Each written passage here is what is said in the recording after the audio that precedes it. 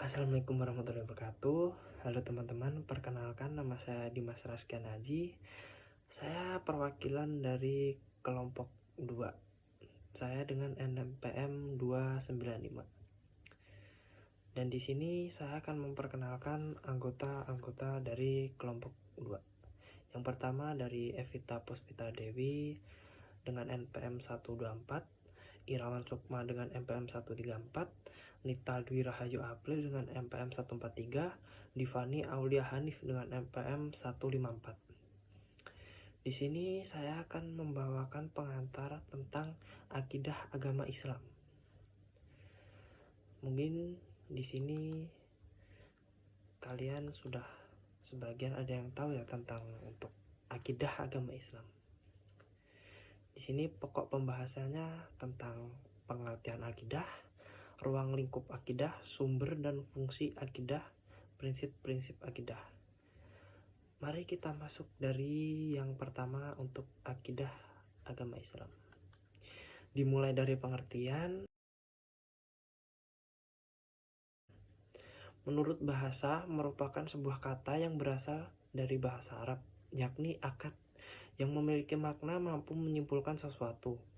Menurut istilah akidah memiliki arti sebuah keyakinan atau keimanan yang dimiliki oleh seseorang yang tidak dapat dioleh oleh pengaruh apapun.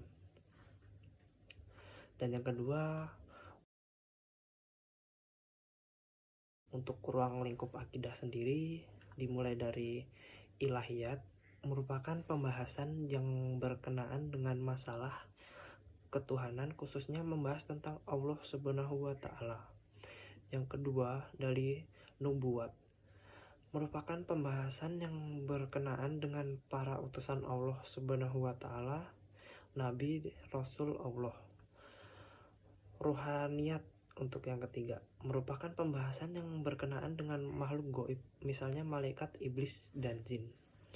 Untuk yang keempat, samiyat, merupakan pembahasan yang berkenaan dengan alam gaib, misalnya surga, neraka, alam kubur, dan yang lain-lain.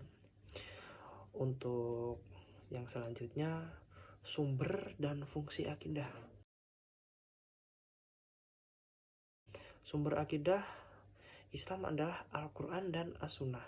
Artinya apa saja yang disampaikan oleh Allah dalam Al-Quran dan Rasulullah dalam sunnahnya wajib kita imani, diyakini, dan kita amalkan dalam kehidupan sehari-hari. Untuk yang selanjutnya, fungsi dari akidah sendiri. Fungsi dari akidah seperti menuntun dan mengembangkan dasar ketuhanan yang dimiliki sejak manusia lahir. Yang kedua, meningkatkan keimanan dan ketakwaan.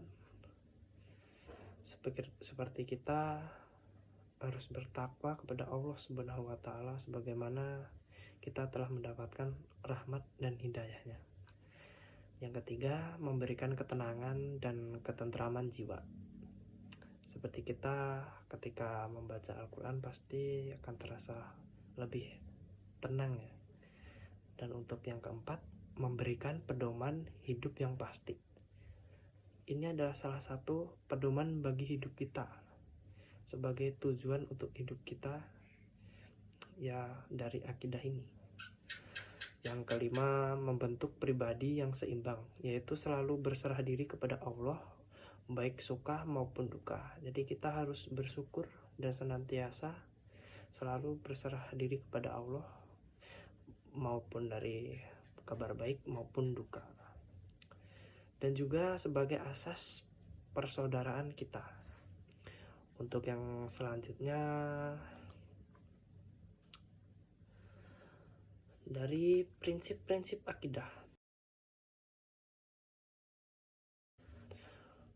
Mulai yang pertama, untuk prinsip akidah berserah diri kepada Allah dengan bertauhid. Maksud prinsip ini adalah beribadah murni kepada Allah semata, tidak pada yang lainnya.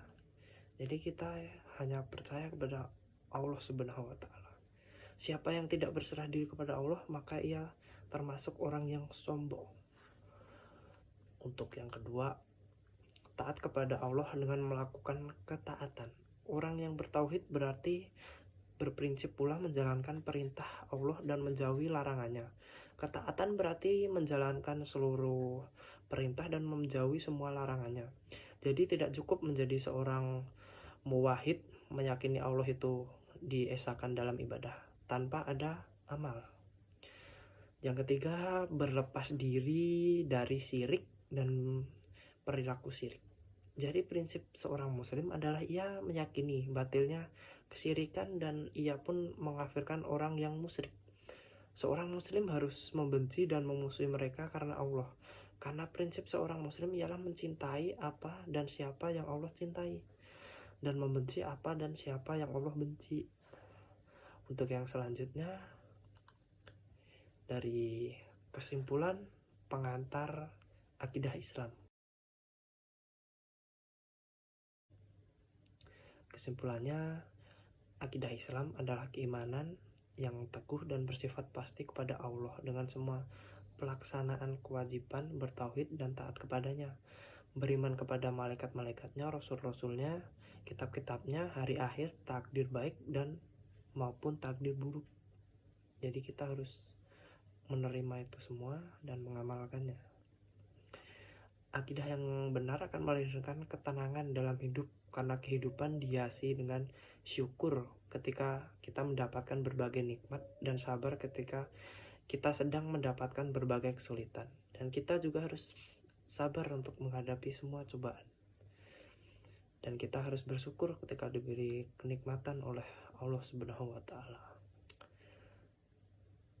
Dari musibah dan tantangan, umat Islam seharusnya dapat mempelajari ayat-ayat Allah, baik yang terdapat pada alam semesta maupun pada Al-Quran, untuk memperkuat akidah agar hidup lebih bermakna dan bermanfaat. Sekian itu pengantar dari akidah Islam yang saya bawakan. Ada salah kata mohon dimaafkan, dan saya akhiri. Wassalamualaikum warahmatullahi wabarakatuh.